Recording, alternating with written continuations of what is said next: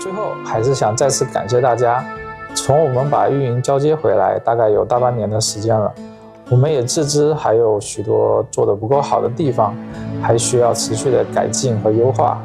我们会竭尽全力为大家带来更好的游戏体验。감사합니다。那中医没那油，拜拜。